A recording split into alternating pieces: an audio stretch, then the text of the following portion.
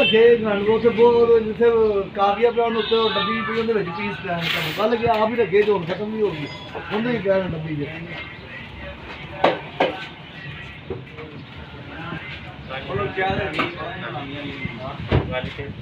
ਅੱਛਾ ਤੇ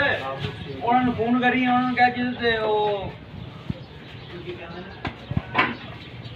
seat belt ਦੇ ਕਿਹਨੇ ਲੱਗਣੇ ਸੀਟ ਬੈਲਟ ਲਾ ਕੇ ਰੱਖ ਇਹ ਤੇ ਕਹਿੰਦੇ ਆ ਸੀਟ ਬੈਲਟ ਦੇ ਜਿਹਨੇ ਉਹਦਾ ਨਾਟ ਲਗਾਣਾ ਦੂਸਰਾ ਕੀ ਕਰਨਾ ਰੰਗ ਕਰਨਾ ਇਹ ਵੀ ਰੰਗ ਕਰਨਾ ਹੁਣ ਤਾਂ ਖਰਾਬ ਹੋ ਗਈ ਸੀ ਖਰਾਬ ਤੇ ਕਿਹੜੀ ਖਰਾਬ